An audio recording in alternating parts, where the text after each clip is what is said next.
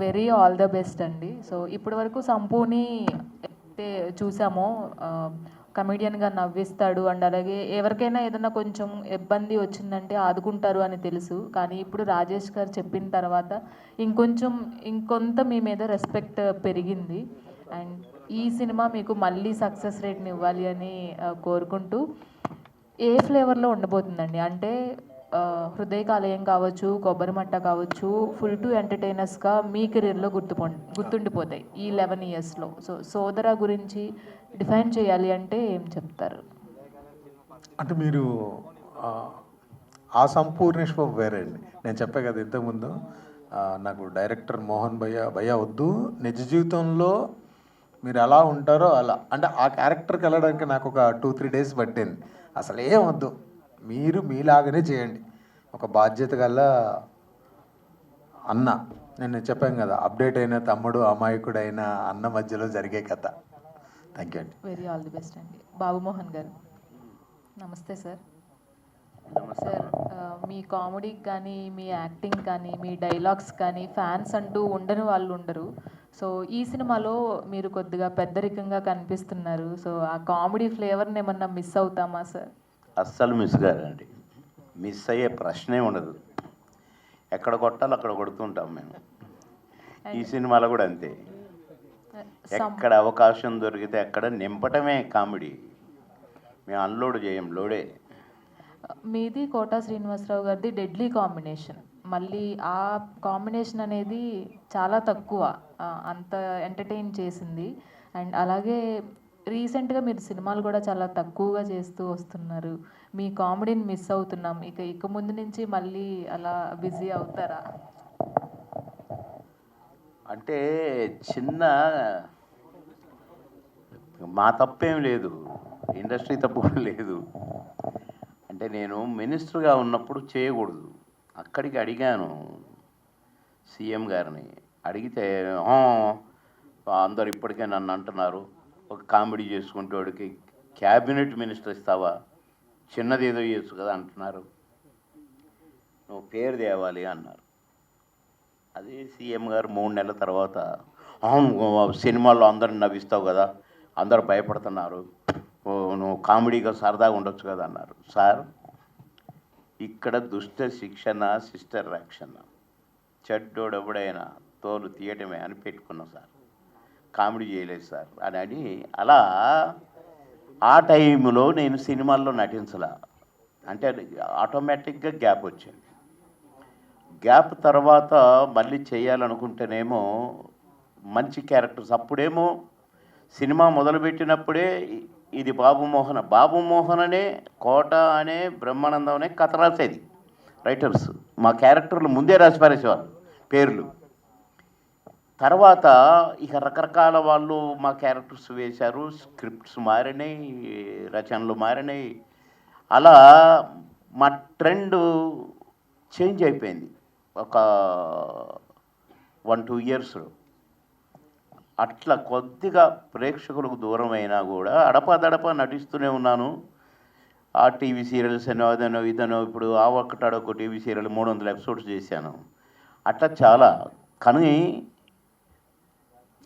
ఎప్పుడైనా తరాలు మారుతుంటాయండి.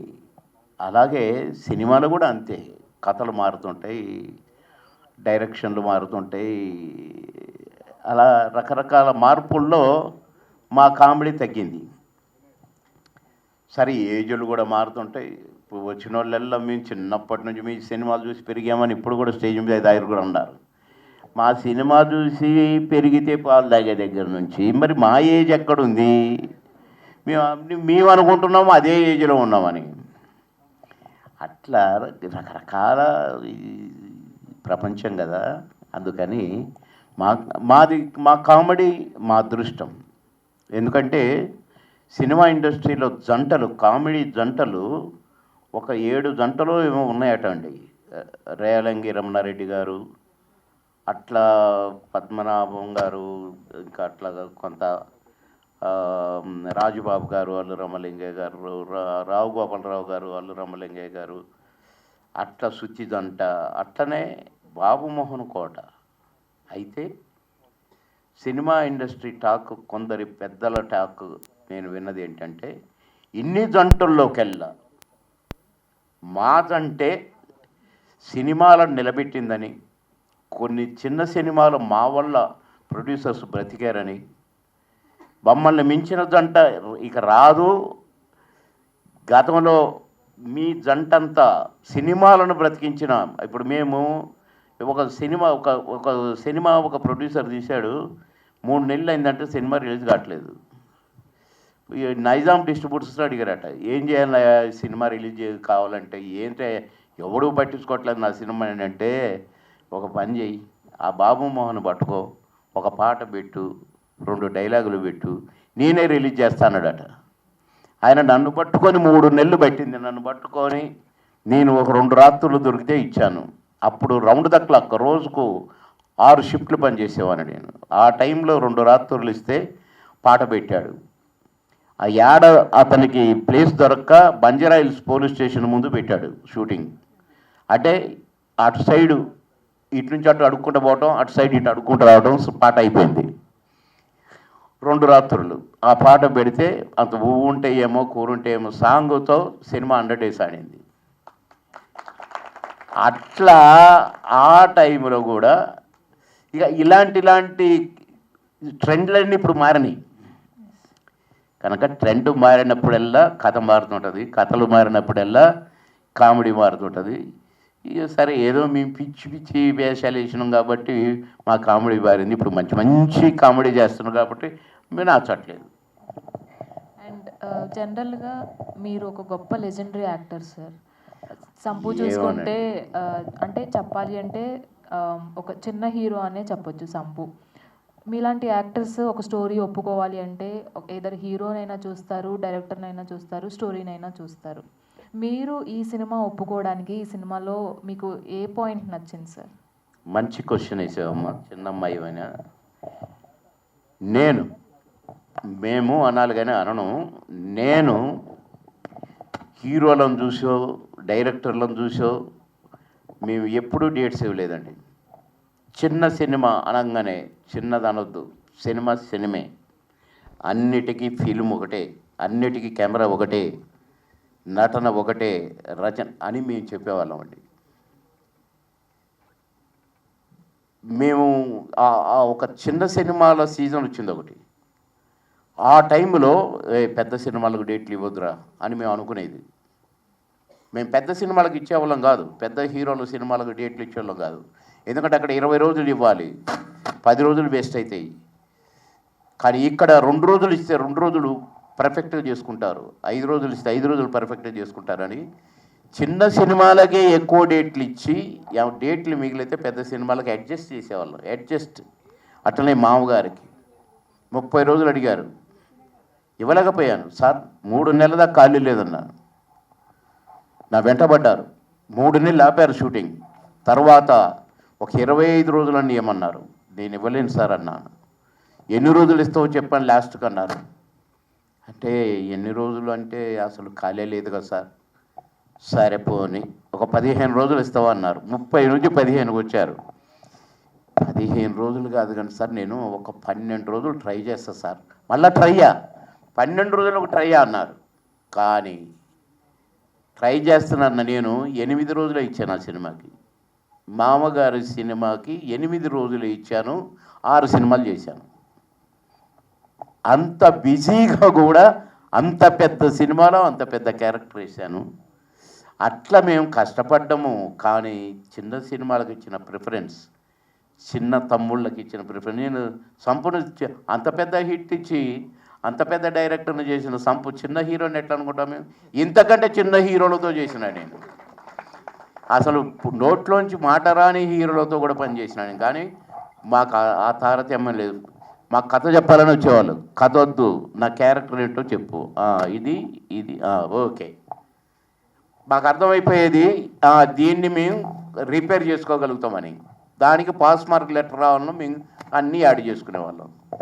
మా వరకే, కథలో ఇంటర్ఫీర్ అయ్యే వాళ్ళం కాదు. అంతే తప్ప మేము పెద్ద క్యారెక్టర్లు, పెద్ద సినిమాలు, అసలు ఒక్కరోజు క్యారెక్టర్లు కూడా వేసేది మేము, ఒక్క సీన్ క్యారెక్టర్లు కూడా వేసేది మేము. అంతేగాని మేము ఏదో అయిపోయాము, అబ్బో మేము స్టార్లము ఏనాడు అనుకోలేదు. మేము మళ్ళీ ఇంకోసారి స్టార్లని నన్ను అనొద్దమ్మా, నేను చాలా చిన్న ఆర్టిస్టును, ఇంకా నేర్చుకుందాం అనుకుంటున్నా. అందుకే నేను ఇందాక సాయి రమేష్ గారిని అడిగిన, నేను కూడా నేర్చుకుంటానని. మీ అంత ఎంత ఎదిగినా ఒదిగి ఉండటం అలవాటు చేసుకున్న వాళ్ళం. ఎందుకంటే మా గురువు గారు కోటరామకృష్ణ గారు, శ్యాంప్రసాద్ రెడ్డి గారి దగ్గర పెరిగినాను నేను. అందుకని అదే సింప్లిసిటీ మాది. మాకు చిన్నోళ్ళే పెద్దోళ్ళు ఎవరు మాకు తెలియదు. నమస్కారం. సంపూర్ణేష్ బాబు గారు రీసెంట్గా 11 years అది కంప్లీట్ చేసుకున్నారు, కంగ్రాచులేషన్స్. అండ్ అంటే ఫస్ట్లో మీరు పెట్టుకున్న ట్యాగ్ లైన్ హృదయకాలయం సినిమాకి 11 years.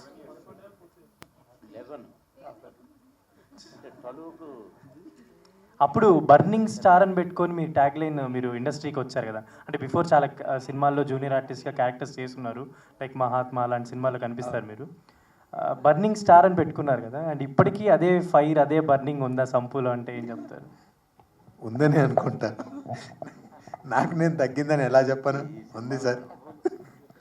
సంపూర్ణేష్ బాబు గారు, ఈ 11 ఏళ్ల జర్నీలో సంపూర్ణేష్ బాబు పరిపూర్ణ నటుడు అయ్యాడా, ఇంకేమైనా లోటు ఉందా? ఇప్పుడు అన్నగారు చెప్పారు, గురుగారు మన ముందే ఇంకా నేర్చుకుంటున్నాను అంటే, నటుడు అనే వ్యక్తి ఎప్పటికీ నేర్చుకుంటూ ఉంటాడు. ఒక రోజుకి అయిపోయింది ఇంకొచ్చేసింది అనేది ఎవ్వరు చేయరు. బట్ అదే దారిలో నేను వెళ్తున్నా. అంటే ఈ సోదరా సినిమాలో మీరు కొత్తగా ఏం చూపించబోతున్నారు? మీరు ట్రైలర్ చూస్తారు కదా, అంటే ఇంతకుముందు చూసిన ట్రైలర్లు డైలాగులు ఒక రకంగా ఉండే. నాకంటే వద్దు సంపు భయ్య, జస్ట్ సెటిల్డ్ క్యారెక్టర్ కావాలని నాకు డైరెక్టర్ చేయించింది. మోహన్ గారు, equal part for emotion and comedy and little bit action ఉంటుంది.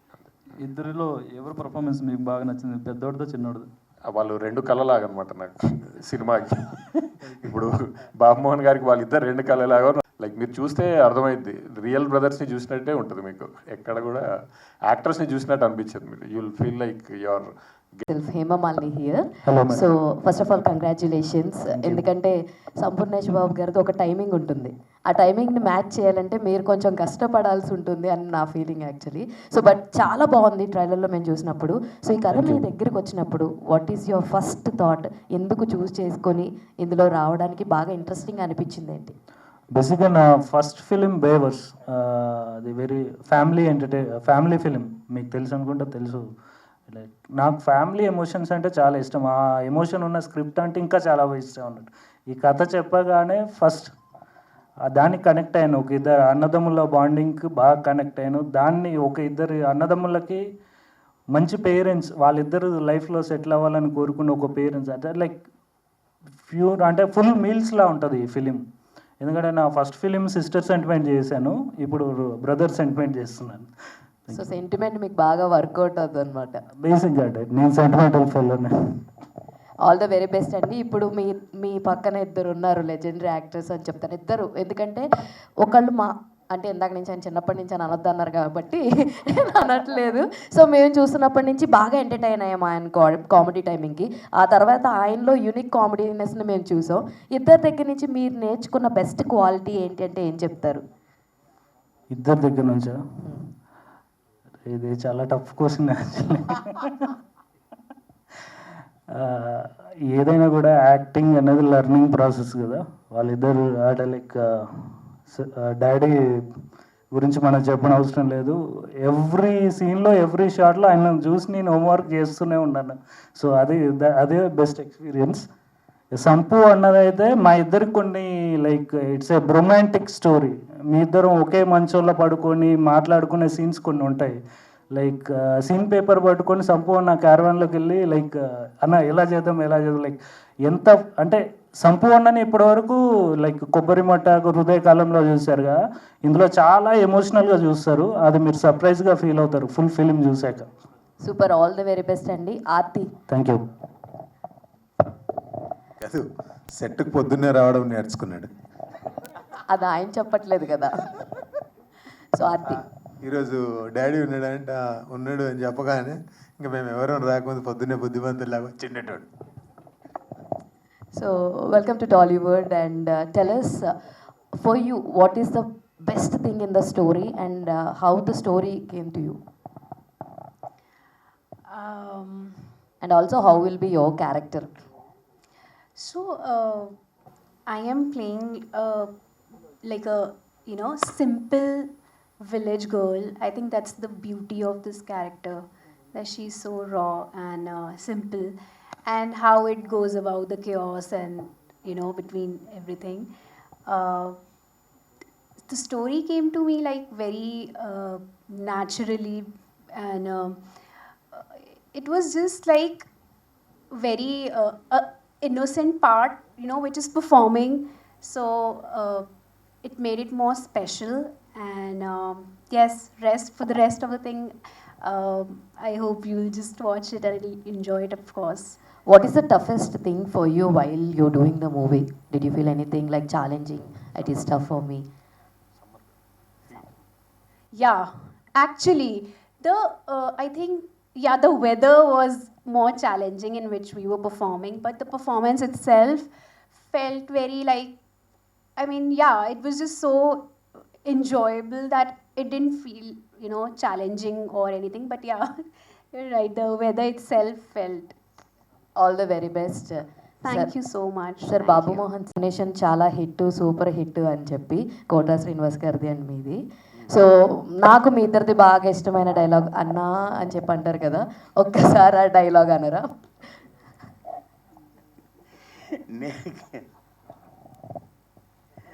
నేను ఆ షర్ట్ మామగారి షర్ట్ వేసుకుంటూ వస్తుంది ఆ శృతి.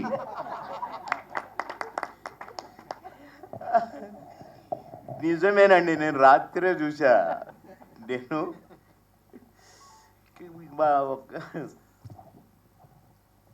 బాబు, మా ఫ్రెండ్ వాళ్ళ బాబు, నేను రూమ్లోకి వెళ్ళాను అనమాట. వెళ్ళేసరికి మామగారు చూస్తున్నారు. కరెక్ట్గా వేసినా తెలుసా అండి, అన్నా నా చూసావా అంటాను. ఇక నేను తలుపు పట్టుకొని అలాగే నవ్వుతూ నిలబడిపోయాను. అంటే ఒక్కొక్క సీను అసలు మేము ఏం చేసామో మాకు తెలియదండి, నిజంగా చెప్తున్నాను. అందులో నేనేమో డేట్స్, దాసరి గారు 30 days ఇచ్చి, కోట గారు 30 days ఇచ్చి, వాళ్ళ మధ్యలో క్యారెక్టర్ నాది. నేనేమో 12 రోజులు ఇచ్చి, నేను టెన్షన్గా ఉండేవాడిని.